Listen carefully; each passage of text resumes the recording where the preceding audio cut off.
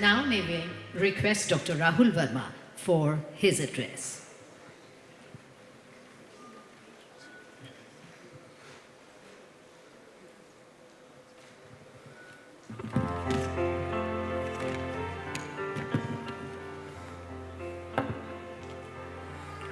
A very good afternoon,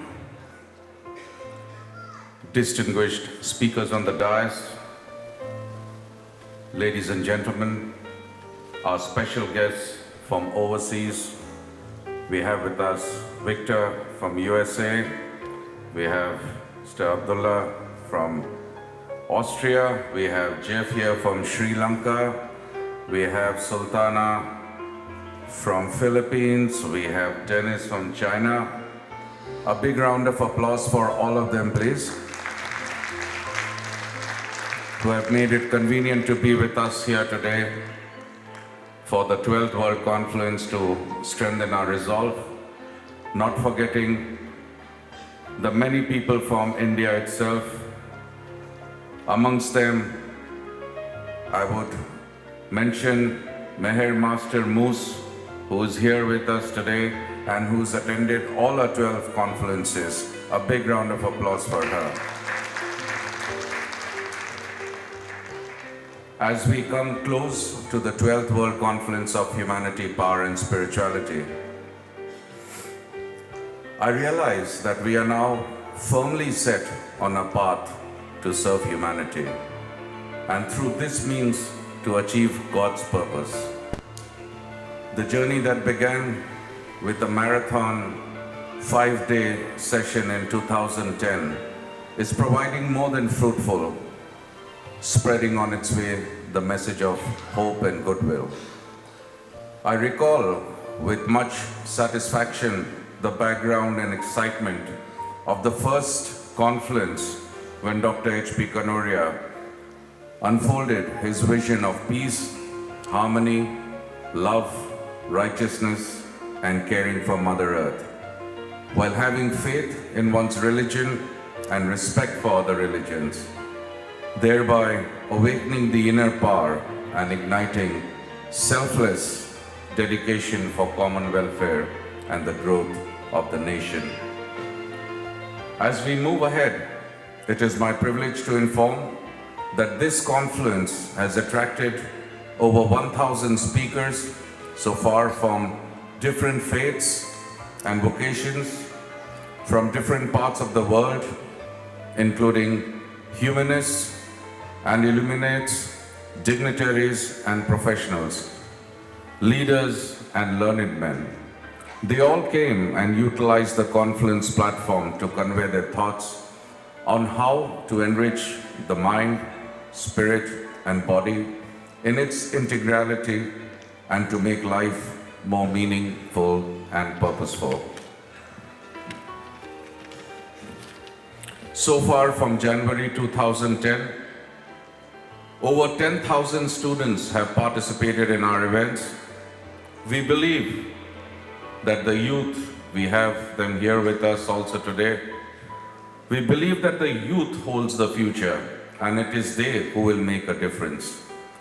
We have approached over 25,000 schools in India and abroad, giving them an edifying theme on spiritualism for an essay competition for which we received a hearty response. This was classified according to different age groups, and successful candidates were even awarded prizes and their essays printed in our magazine. Let me tell you that spirituality is very much alive with them after reading their essays. We only need to ignite it. Our effort has been to inspire the youth to tread an ascending path which leads them from the humane to the divine. We believe that true humanness consists in cultivating a spirit that gets reflected in intellectuality, morality, and humility. These impulses act as motivations and deepen our relationship with fellow human beings. Hence, in our earlier confluence, we had organized a debate on spiritualism with a focused theme where several schools had participated.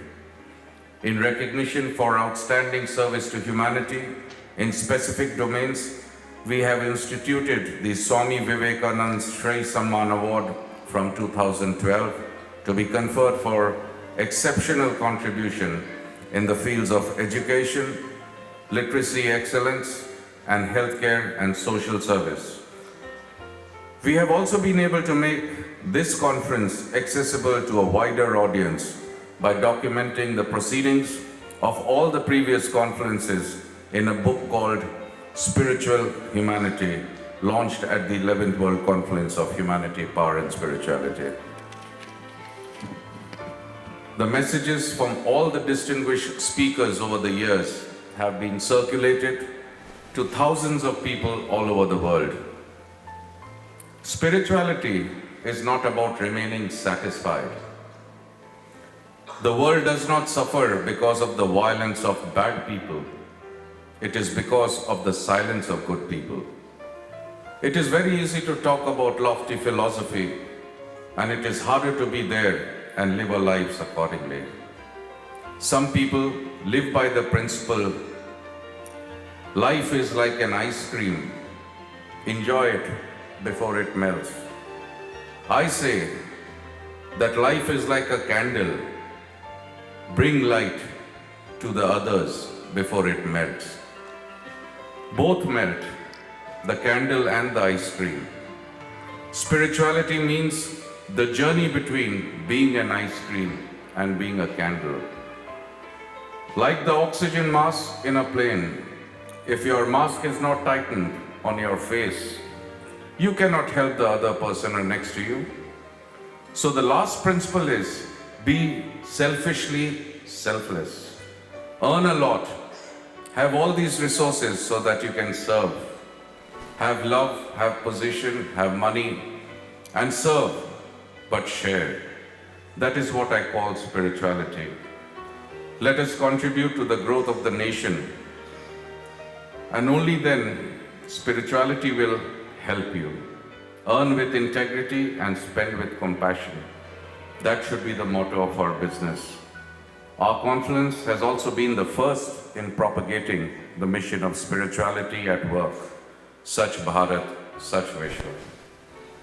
There was once an argument among the gods over where to hide the secret of life so that men and women would not find it. So one god said, bury it under the mountain. They will never look there. No, the other said, one day they will find ways to dig up the mountain and uncover it. Another said, sink it in the depths of the ocean. It will be safe there. No, the others objected. Humans will one day find a way to plumb out the water, the depths, and find it easily. How about among the planets and black holes? Came a suggestion. But hey man, we'll get there too. And soon they retorted. Finally another god said, put it inside them. Men and women will never think of looking for it there. All the gods agreed, and the secret of life was hidden within us. Lastly, we must all remember that we are not human beings having a spiritual experience. We are spiritual beings having a human experience. I gratefully acknowledge with deep respect our debt to the chairman of our Confluence for his inspiring vision and deep commitment to the cause that has given shape to this spectacular conference. Further, I thank all my colleagues, co-workers, the entire team, and above all the participants and the audience, including the press, whose presence strengthens our resolve to carry out with this onerous and noble task of creating such Bharat and such Vishwa. Lastly, I would like to thank the hospitality of the Westin Hotel, their overwhelming hospitality and the tireless efforts which they have put in here to make this conference a great success. Thank you very much.